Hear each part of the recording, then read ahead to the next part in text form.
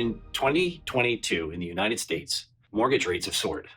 As mortgage-backed securities holders contend with these new risks, how will they face these challenges? John, in 2022, we saw a significant widening of the Treasury mortgage basis.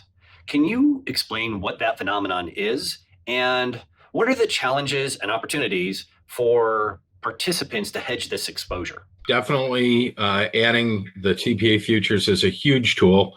When you talk about spread hedging and risk mitigation, historically that's been a volatility-based trade. So we had the tools to handle the duration component via Treasury futures and swap futures. And we also had the volatility component via TY options in particular. But the problem was we didn't have the third leg. We didn't have the whole ball of wax.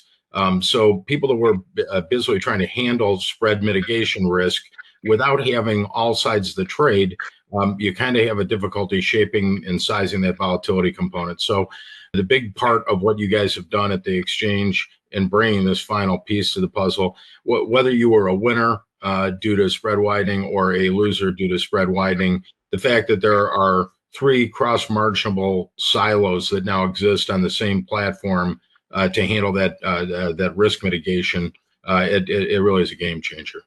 Hi, Ethan. In the banking sector, loans have increased, deposits have seen outflows, and accumulated other comprehensive income, AOCI, the capital line, has gone from negative to more negative. As interest rates have risen, we've only recently seen banks start to increase their mortgage-backed security holdings in late November.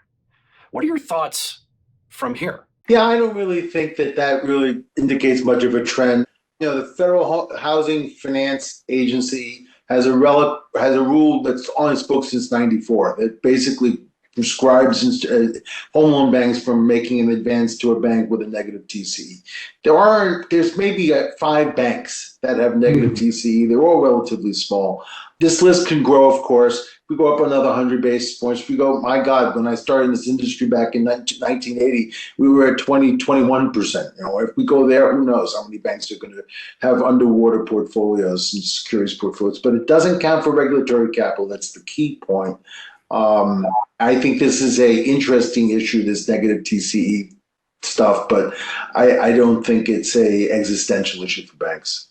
John, back to you. Are there other factors that could affect the mortgage market into next year, 2023? I guess the first and largest one is, again, the expanded conforming loan limits. So in the context of the TBA futures that have just been listed, we open up the number of loans that can qualify for Fannie or Freddie, and that it's substantial. We're up 50% in the last 4 or 5 years in terms of what that conforming loan limit are.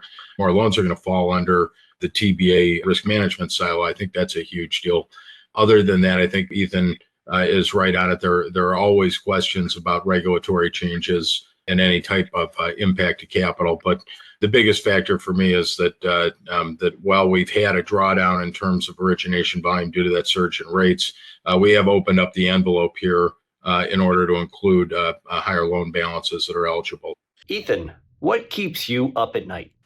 Market volatility, Eric. I mean, we have not seen a length of time like this where the markets have been every which way every other day. If you think about, the yield curve, I mean, who would have imagined seeing the 1-month 10-year as a negative, as an inverted curve? I mean, that's almost unheard of. We've not seen anything close to this kind of market for the length of the time. And I think it paralyzes investors from making longer term decisions. It's only so long that you can sit that way. And John, what keeps you up at night? Liquidity. As we have this type of volatility, and of course, initial margins go up, the ability to cross margin all these products becomes hypercritical, especially when you're not a bank and you don't have an infinite source of risk-free rate-based capital. The idea that somehow we can't get all this stuff lined up, well, that kills me, because you could have somebody that's perfectly hedged. However, the dollars are sitting perhaps in their futures account, and the losses are sitting somewhere in an over-the-counter or bilateral agreement. And sometimes the difference between today and next business day are a real problem. So by getting all these instruments in the same place so we can organize our risk, especially for the non-bank entities, it's huge. But I'm not going to sleep until we get it all sorted out. It certainly is an interesting time in the mortgage-backed securities market. For holders of mortgage-backed securities, 30-year TBA futures offer another tool in an uncertain environment.